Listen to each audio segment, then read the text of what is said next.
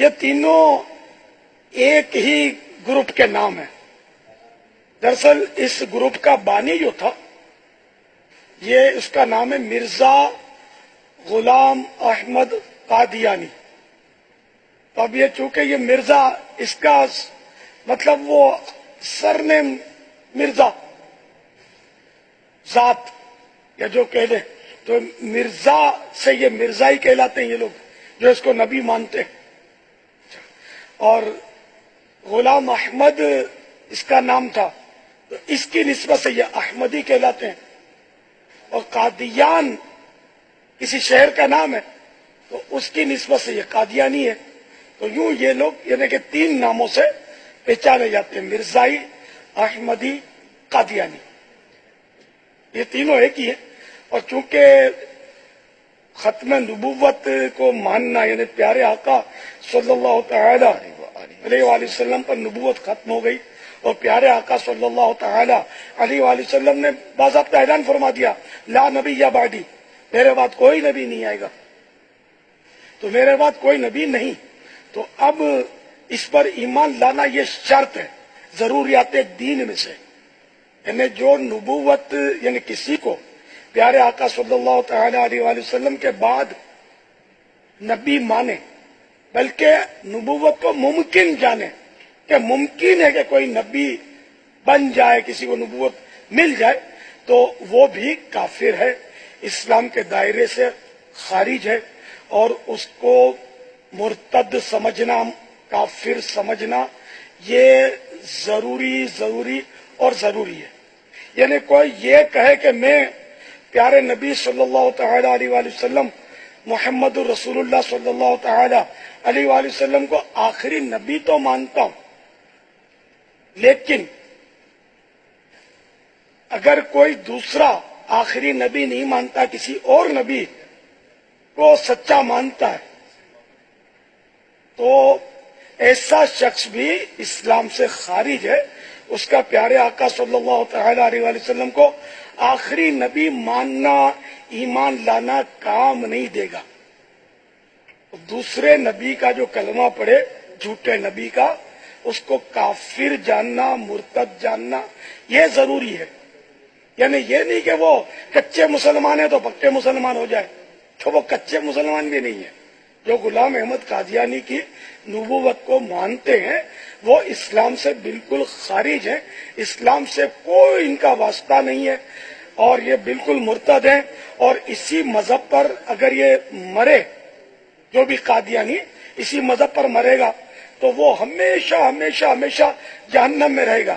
یہاں تک کہ بت پرست جو ہوتے ہیں، خدا کا جو انکار کرتے ہیں، بت پرستی کرتے ہیں، مشرک ہیں، ان سے بھی زیادہ سخت سزا جو ہے نا یہ مرتدین کی ہے، مثلا قادیانیوں کی.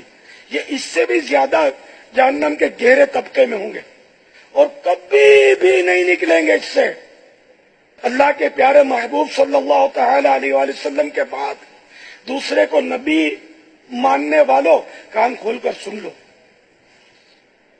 کہ جب مسلمان معاذ اللہ جو گناہوں کے سبب جہنم میں گئے بھی تھے، تو وہ جب جہنم سے نکال لیے جائیں گے تو اب صرف اور صرف جہنم میں وہی لوگ رہ جائیں گے جو اسلام پر نہیں مرے تھے، کفر پر مرے تھے، کافر تھے.